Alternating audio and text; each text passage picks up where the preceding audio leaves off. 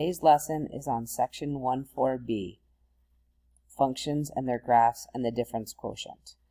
First complete warm-ups 1 and 2, pause the video and then check your answers. Here's the answer to number 1, which is on domain, and here's the answer to number 2, which is on function notation. We will return to 3 and 4 after we do some practice problems. We're evaluating functions today. When we use function notation, this reads f of x, which means y equals f of x. Function is a way to represent an input and an output. Our input is x, our output is f of x, and our function is f of x equals 1 minus x squared. We think of this part, 1 minus x squared, as a rule. And whatever is inside the function, our f of x, gets plugged into the x in the function. So the first function that we're working with is f of x equals 2 minus 3x plus x squared.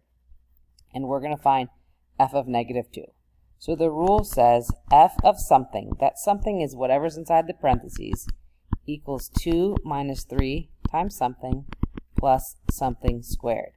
Whatever is in that parentheses, in this case negative 2, gets plugged in for the parentheses where the x used to be. So then we just simplify. So we have 2 minus 3 minus 2, which is a positive 6, and then a minus 2 squared, which is a positive 4. We end up with 2 plus 6 plus 4, which is 12. So f of negative 2 equals 12. Now this next problem asks us to do g. G is a difference function. The rule for g states,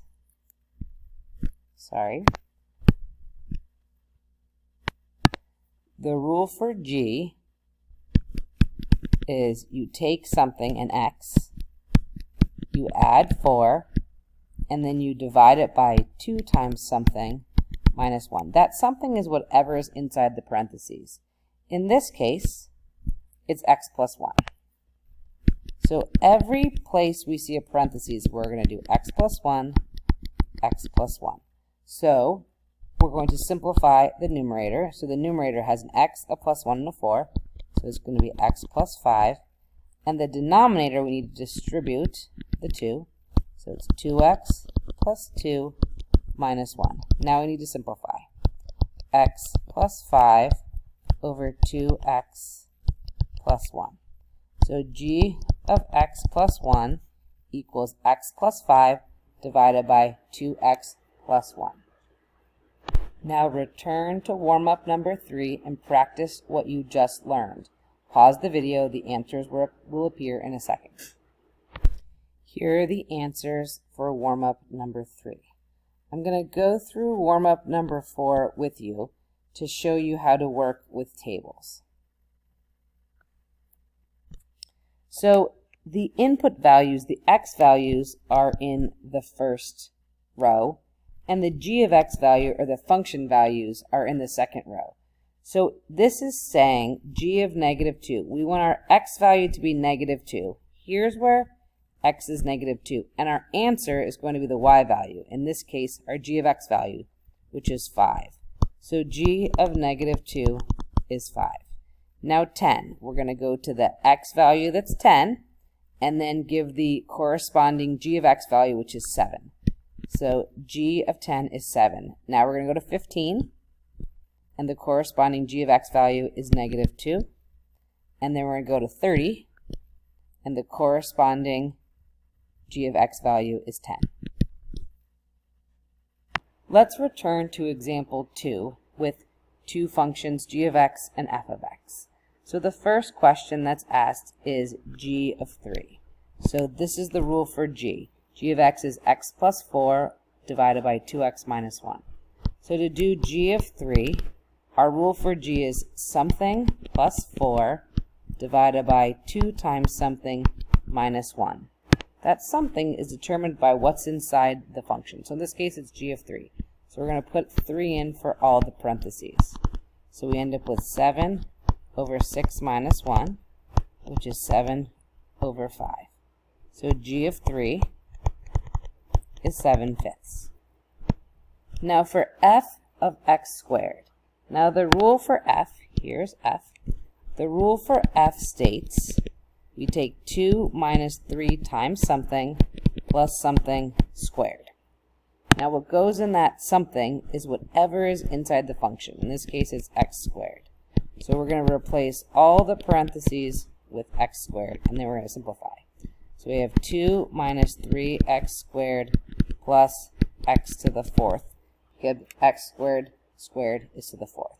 So f of x squared is 2 minus 3x squared plus x to the 4th. This next example is asking us to subtract f of x plus 3 minus f of x. Well, the first thing we're going to do is find f of x plus 3. So our rule for f states that we take 2 minus 3 times something plus something squared.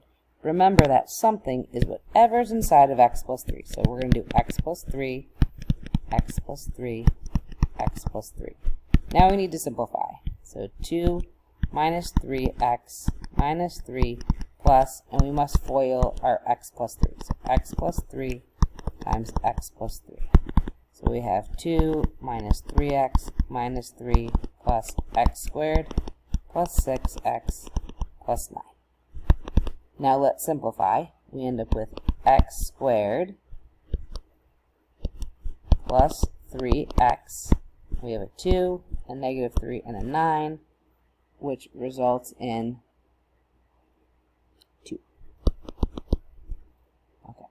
That is, we have successfully simplified f of x plus 3. Now, we're going to do f of x.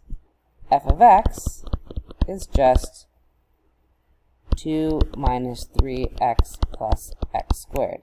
Now, the problem asked to subtract the 2. So we're going to subtract f of x plus 3 minus f of x. Now, f of x plus 3, remember, f of x plus 3 is x squared plus 3x plus 2. So we're going to substitute that right here. X squared plus 3x plus 2. F of x was 2 minus 3x plus x squared. So we're going to do minus the quantity, 2 minus 3x plus x squared. Now to simplify completely, we're going to need to distribute this negative. So we have x squared plus 3x plus 2 minus 2 plus 3x minus x squared. When we simplify, the x squareds cancel and the 2's cancel, and our answer is just 6x. Pause the video and practice 2A and 2B. The answers are right here. Here's practice 2A. Here's practice 2B. You can, after you finish doing them, check your answers and then continue on to example 3. This function is defined with specific domain restrictions. The domain restrictions are given by these values right here, and they determine which function you use depending on the domain. So if x is less than 1, you're going to use x squared minus 5. If x equals 1, you're going to use 3. If x is between 1 and 3, you're going to use 2x plus 1. And if it's x is greater than 3, it's going to be 5 minus 4x. So our first problem says f of negative 5. Well, since negative 5 is less than 1, we're going to use this rule. So that says you take a number, you square it, and you minus 5. The number is whatever's in there, in this case minus 5. So it's negative 5 squared, which is 25, minus 5, which is 20. So f of negative 5 is 20. Now the next one is f of 1. The f of 1 is right here. So when f is 1, the value is just negative 3. We didn't have to plug anything in. So f of 1 is negative 3. F of 2. Now, 2 falls in this particular domain. It's x is less than or equal to 3 or greater than 1. So the rule says 2x plus 1. So f of 2 equals 2 times something plus 1. That something is going to be 2 in this case. So it's 2 times 2 plus 1, which is 4 plus 1, so it's 5. So f of 2 is 5. Now 3 is in that same area. Because x is less than or equal to 3, we have to use the same rule for 3.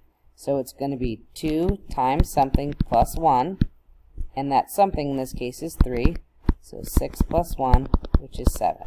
So f of 3 is 7. Now the last one is 4. 4, because x is greater than 3, we're going to use the rule 5 minus 4x. So it's 5 minus 4 times something. That something is 4. So we have 5 minus 16, which is negative 11. So f of 4 is negative 11. Use the idea that we just learned and complete practice 3.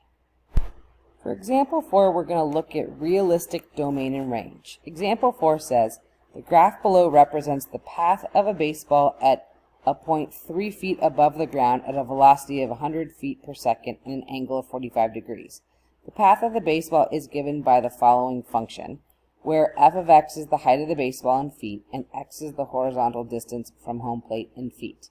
Now, if you're truly following the path of a baseball, the only realistic part we care about is the part where the baseball is hit and then the part where the baseball hits the ground. So our realistic domain is all possible x values. So in this case, our smallest one is 0.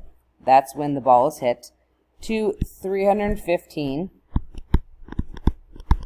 and a half, because that is when the ball hits the ground. Now the height of the baseball, which is our range, is the smallest y value, which in this case is 0, to the largest y value, which is 81 and 1300ths. So this is the domain, and this is the range. This is the only thing that is realistic about this situation. It's realistic domain and range. The last part of this video is on difference quotient. Difference quotient will actually be explained in another video. So this video is over. You will watch a different video on difference quotient.